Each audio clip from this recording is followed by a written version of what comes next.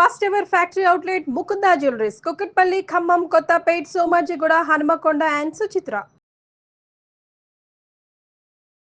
నమస్తే, మీరు చూస్తుంది సుమన్ టీవీ. నేను మీ కీర్తి. ఉగాది రోజున దేవుడి చిత్రపటాలు ఏ రోజున మనం క్లీన్ చేసుకుంటే, శుభ్రం చేసుకుంటే మంచిది. అలాగే ఉగాది పచ్చడి తినడానికి కూడా ఒక నిశ్చయించబడిన సమయం ఉంటుంది. మనలో చాలా మందికి తెలియదు అది పర్టికులర్గా ఏ సమయం. అండ్ ఉగాది రోజు ఇంటికి తెచ్చుకోవాల్సిన వస్తువులు, అస్సలు తెచ్చుకోకూడని వస్తువులు అంటూ ఏమైనా ఉన్నాయా మనకు తెలియజేయడానికి ప్రముఖ ఆస్ట్రాలజర్ బ్రహ్మశ్రీ నందిబట్ల శ్రీహరి శర్మ గురువు గారు ఉన్నారు. నమస్తే గురుగారు. వాగర్థ వివ సంపృక్తౌ వాగర్థ ప్రతిపత్తయే జగతః పితరౌ వందే పార్వతీ పరమేశ్వరౌ. సదాశివసమారంభాం శంకరాచార్య మధ్యమాం అస్మదాచార్య పర్యంతం వందే గురు పరంపరాం. ఆదిత్యాయ చ సోమాయ మంగళాయ బుధాయ చ గురు శుక్ర శనిభ్యశ్చ రాహవే కేతవే నమః. శృంగేరి జగద్గురు పీఠాధిపతులకి, కంచి పీఠాధిపతులకి నమస్కారములు తెలియజేసుకుంటూ కార్యక్రమాన్ని ప్రారంభిద్దాం. గురుగారు, శ్రీ విశ్వవసనామ ఉగాది పండుగ శుభాకాంక్షలండి. మీకు, మీ యొక్క యాజమాన్యానికి, పనిచేస్తున్నటువంటి సిబ్బందికి అందరికీ, వీక్షిస్తున్నటువంటి మన ప్రేక్షకుల కుటుంబాలకి అందరికీ కూడా విశ్వావసునామ సంవత్సర యుగాది శుభాకాంక్షలు. సో గురుగారు, మన కొత్త సంవత్సరంలోకి అడుగు పెడుతున్నాము. అయితే ముందు రోజు శనివారం అవ్వడం, ఆ రోజు గ్రహణం ఉండడం ఇతర దేశాల్లో, అలాగే అమావాస్య ఉండడం అలా జరుగుతూ ఉంది కదా. మరి దేవుడి గదిని, దేవుడి చిత్రపటాలని ఎప్పుడు శుభ్రం చేసుకోవాలి? శనివారంకి ముందు చేసుకుందామా అంటే శుక్రవారం వచ్చేసేసింది. శుక్రవారం మనం జనరల్గా సెంటిమెంట్గా ఫీల్ అవుతూ ఉంటాం. దేవుడి చిత్రపటాలు అవి క్లీన్ చేసుకోకూడదు అని కొన్ని ఇళ్లలో సెంటిమెంట్ ఉంటుంది. సో ఏది కరెక్ట్ అంటారు? ఏం చేయాలంటారు గురుగారు? ముఖ్యంగా అమావాస్య రోజున మనం ఎటువంటి పనులు తలపెట్టలేం. కొన్ని నియమాలు ఉన్నాయి. అసలు పూర్వకాలంలో చదివే చెప్పరు. ఎటువంటి వ్యాపార లావాదేవీలు కూడా అమావాస్య రోజున చేయడానికి ఇష్టపడరు. ఒకప్పుడు అంటే ఇప్పుడు సండే లాగా అప్పుడు అమావాస్యకి హాలిడే ఉండే కదా. అమావాస్య, పౌర్ణమి, పాడ్యమి, చతుర్దశి తిథులు. అయితే మనకు ఈ సంవత్సరం పాల్గొన మాసం పోతూ పోతూ అమావాస్య శనివారం నాడైంది. పైగా ఆ రోజున విదేశాలలో, మనకు ఐఎస్టీ స్టాండర్డ్ ప్రకారం విదేశాలలో సూర్యగ్రహణం అనేటువంటిది ఉన్నది. కాబట్టి కనపడనటువంటి సూర్యగ్రహణానికి మనమేం నియమాలు ఏం పాటించాల్సిన అవసరం లేదు. పూజా మందిరాలు కడుక్కోవడాలు, ఇల్లు కడుక్కోవడాలు అటువంటి ఏమీ చేయనవసరం లేదు. కానీ కొంత నియమాలు కనుక పాటించుకుంటే చాలా మంచిదని చెప్పవచ్చు. అయితే తెల్లవారే మనకేంటి, అందరికీ కూడా, భారతదేశం అందరికీ కూడాను యుగాది స్టార్ట్ అవుతుంది. సనాతన ధర్మాన్ని పాటించే వాళ్ళకందరికీ 30వ తారీఖు రోజున మరి పొద్దున్నే లేచి ఈ ఉగాది సందర్భంగా చక్కగా చేసుకోవాలి కదా కొన్ని కార్యక్రమాలు. అంతకు ముందు రోజు మరి ఇంటిని శుభ్రం చేసుకోవాలి. చూస్తేనేమో అక్కడ గ్రహణం వచ్చిందా, ఎక్కడో విదేశాల్లో ఉంది, మనకు లేకపోయినా విదేశాల్లో గ్రహణం. తదుపరి అమావాస్య రోజున క్లీన్ చేయకూడదు. కానీ అదృష్టవశాత్తు సాయంత్రం 4:30 తర్వాత పాడ్యమి తిథి ప్రారంభమవుతుంది. కాబట్టి సాయంకాల సమయంలో ఇంటిని శుభ్రం చేసుకోవడం మంచిది. అమావాస్య ఉండేంత వరకు 4:30 వరకు కూడాను ఎటువంటి పనులు చేయకపోయినా 4:30 తర్వాత ఇంటినంతా శుభ్రపరచుకోవడం, బూజు దులుపుకోవడం అన్నీ చేసుకోవాలి. అలాగే ఇంట్లో ఉన్నటువంటి నకారాత్మక శక్తి, అంటే నెగిటివ్ ఎనర్జీ అనేటువంటిది ఇంటి నుంచి పోవాలి అని అంటే ఇల్లంతా శుభ్రపరచుకోవాలి, చేసుకోవాలి. గురుగారు, మనం జనరల్ గా సాయంకాలంలో బూజాది దులుపకూడదు అనుకుంటాం కదా గురుగారు. కానీ 4:30 తర్వాత నుంచి సాయంత్రం 6:10 వరకు కూడా 6:10 వరకు కూడా సూర్యాస్తమయం 6:10కి అవుతుంది. కాబట్టి ఈ లోపల తుడుచుకోవచ్చు, బూజు దులుపుకోవచ్చు. తదనంతరం చక్కగా ఇంటినంతా కూడాను మంచి బట్టతో, పొడి బట్టతో చక్కగా నీటిలో గంగాజలం వేయడం, గళ్ళ ఉప్పు వేయడం, జాజికాయ, జాపత్రి, లవంగాలు, పచ్చకర్పూరము, యాలకుల పొడి, అలాగే గంగాజలం, ఇవన్నీ చెప్పాం కదా, పసుపు, గోపంచకం, ఇవన్నీ వేస్తే ఒక అద్భుతమైనటువంటి దైవశక్తి అనేటువంటిది గ్రహించడానికి మన ఇల్లు అనుకూలంగా ఉంటుంది. కాబట్టి అన్నిటినీ కలిపి ఆ నీటితో ఇల్లంతా శుభ్రపరిచి, అలాగే పూజా మందిరం శుభ్రపరిచి, అలాగే పూజా మందిరంలో ఉన్నటువంటి దేవతా విగ్రహాలు, వెండి వస్తువులు, రూపులు, అన్ని పటములు అన్నీ కూడాను శుభ్రపరిచి పెట్టుకోవచ్చు. పెట్టుకొని ఆ రోజు కనుక ఉంటే ఏమవుతుందనంటే ఇక పాజిటివ్ ఎనర్జీ అనేటువంటిది ఉంటుంది. పాజిటివ్ ఎనర్జీ అంటే ఏంటి? దేవతా శక్తి మన ఇంట్లో ప్రవేశం చేయడానికి పొద్దున్నే, ఇక ఉగాది రోజున బ్రహ్మ ముహూర్త కాలంలో లేవాలమ్మా.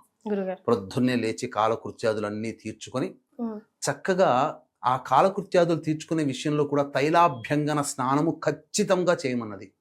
ఉగాది రోజున నువ్వుల నూనె, చాలా మంది నువ్వుల నూనె పెట్టుకుంటే ఆ దరిద్రము, డబ్బులు పోతాయని చెప్పి ఏదో ఒక నానుడు వచ్చేసేసింది, నువ్వుల నూనె పెట్టుకోకూడదు అని. కానీ అటువంటిది ఏమీ లేదమ్మా. మన శాస్త్రము యుగ యుగాల నుంచి కూడా అందరూ కూడా నువ్వుల నూనెని దట్టించుకొని సూర్యోదయం కంటే ముందే స్నానం ఆచరించేయాలి కుటుంబ సభ్యులందరూ కూడా. ఆచరించి కొత్త వస్త్రములు ధరించాలి. కొత్త వస్త్రములు ధరించాలి. చాలా మందికి శాస్త్రం ప్రకారం ఒకటి ఏంటంటే ఆదివారం రోజున కొన్ని చెయ్యకూడని పనులలో కొత్త బట్టలు కట్టుకోకూడదు అని కూడా ఉంది. అవునా గురుగారు? చేయకూడని పనులు ఆదివారం ఉన్నాయి. అటువంటి పనులలో కొత్త బట్టలు కట్టుకోకూడదు. కానీ ఉగాది కదా, తప్పు లేదు, కొత్త బట్టలు కట్టుకోవచ్చు, తప్పే లేదు, కొత్త బట్టలు వేసుకోవచ్చు. ఇక తదనంతరం చక్కగా ఉగాది రోజున అందరూ కూడా ఉగాది పచ్చడి తయారు చేసుకుంటారు. షడ్రుచుల సమ్మేళనం అంటే ఈ షడ్రుచులు కలిపినటువంటిది అనగా ఏంటి? బెల్లము, కొద్దిగా చిటికెడు ఉప్పు, మిరియాల పొడి. చాలా మంది కారం వేస్తారు కొన్ని ప్రాంతాలలో. కారం కాకూడదు, మిరియాల పొడి వేయాలి. అలాగే చింతపండు, మామిడి ముక్కలు, అలాగే వేప పువ్వు.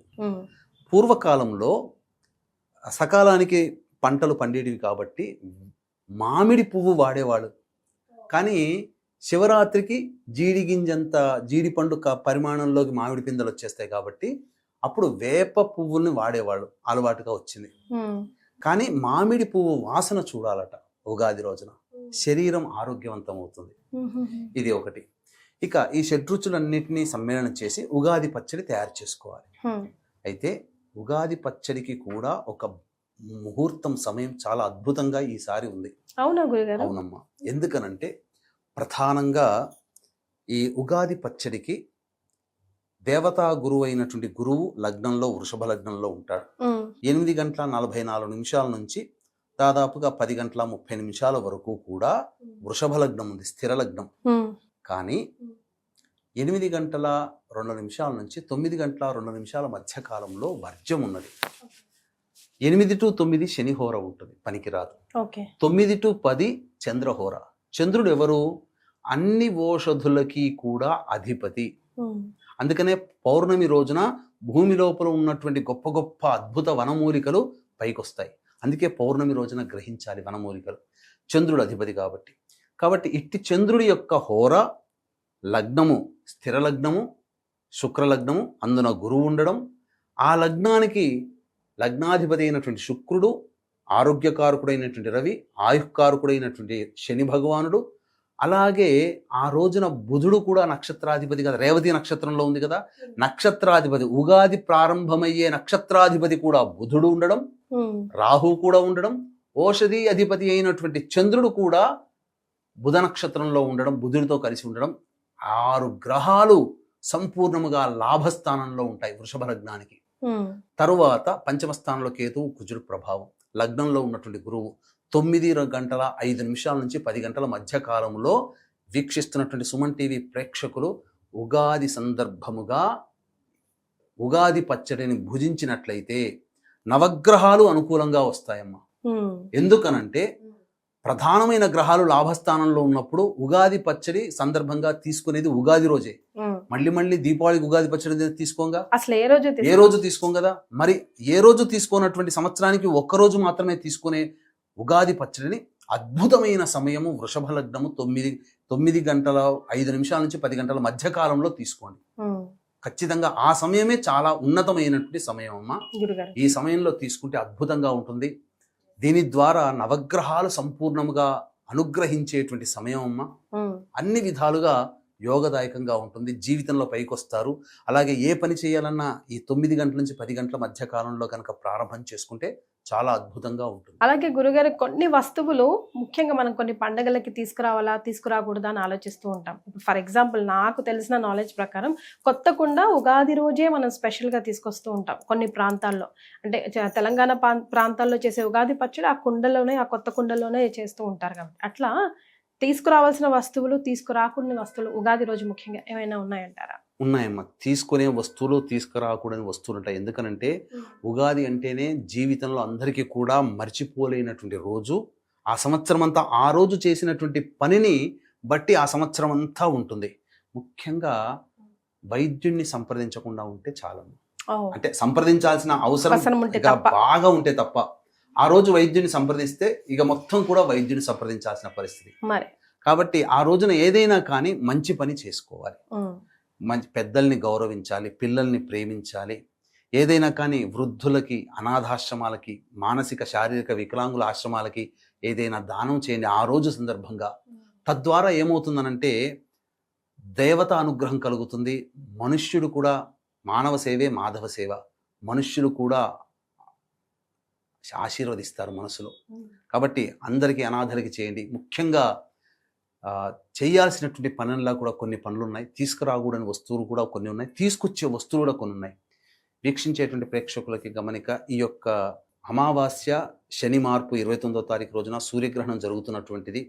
షడ్గ్రహ కూటమి కూడా ఆ రోజున 29వ తారీఖున ఉన్నటువంటి కారణం చేత అద్భుతమైనటువంటి శని అమావాస్య రోజున ఉన్నటువంటి రోజున పురస్కరించుకొని జాతకరీత్యా మీ యొక్క సంకల్పం నెరవేరాలి, అలాగే మీకు ఉన్నటువంటి సకల దోషాలు తొలగిపోవాలి జాతకరీత్యా అనే ఉద్దేశంతో సంకల్ప సిద్ధి, సర్వదోష నివారణ పూజలు, హోమాలు అనేటువంటివి 29వ తారీఖు రోజున సాయంకాలం సూర్యాస్తమయం తర్వాత ప్రత్యంగిరా హోమం, బగలాముఖి హోమం, వారాహి హోమం, రాజశ్యామల హోమం, మృత్యుంజయ హోమం, కాలభైరవ హోమం, ధూమవతి హోమాలతో పాటుగా వివాహం కాని అబ్బాయిలు అమ్మాయిలకి సంతానం, దాంపత్య సమస్యలు, అనారోగ్య సమస్యల నివారణకి విశేషమైనటువంటి సర్వదోష నివారణ, సంకల్ప సిద్ధి హోమాలు జరిపించడం జరుగుతుంది. అవకాశం ఉన్న వాళ్ళు 29వ తారీఖు రోజున సాయంకాలం 6 గంటల వరకు కూడా ఈ కార్యక్రమంలో గోత్రనామాదులు నమోదు చేసుకోవచ్చు.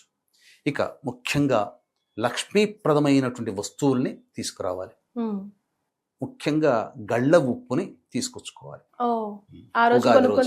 తీసుకొచ్చుకొని ఇంట్లో పెట్టుకుంటే ధనము నిల్వ చేకూరుతుంది. ఉదయం 7 గంటల నుంచి 8 గంటల మధ్య కాలంలో శుక్రహోర ఉంటుంది. ఆ సమయంలో గళ్ళ ఉప్పు తెచ్చుకోండి. తర్వాత ఇంకా ఆ సమయంలో తామర గింజలు, తామర పుష్పాలు, దక్షిణావృత శంఖం ఆ రోజున తెచ్చుకొని పెట్టుకుంటే, గోమతీ చక్రాలు, పసుపు, బెల్లము, ఇవన్నీ ఆ 7 నుంచి లక్ష్మీ అమ్మవారికి ప్రీతికరమైనటువంటి సూచించే వస్తువులు. లక్ష్మీ గవ్వలు అనే ఉంటాయి, పసుపు రంగులో ఉంటాయి. అవి తెచ్చుకొని పెట్టుకుంటే చాలా అద్భుతంగా ఉంటుంది. ఇక ముఖ్యంగా నమ్మ ఆ రోజున తీసుకొచ్చుకోవాలి. ఇక తీసుకురాకూడని వస్తువులు ఏంటంటే కత్తెరలు, ఇనుప వస్తువులు, గుండు పిన్నీసులు కొనుక్కుంటారు. అలాగే స్త్రీలు ధరించే ఇనుప వస్తువులు చాలా మంది తెలియక ఏంటంటే కొత్త బండ్లు కొనుక్కొచ్చుకుంటారు. అది ఇనుమే కదమ్మా, ఇనుమును తీసుకురాకూడదు. సో ఉగాది రోజున వాహనాలు కొనుగోలు చేయకూడదు. ఎందుకంటే అది ఇనుముతో సంబంధించినటువంటి వ్యవహారం కాబట్టి ఇనుము వస్తువుల్ని ఆ ఉగాది రోజున తీసుకురాకూడదు.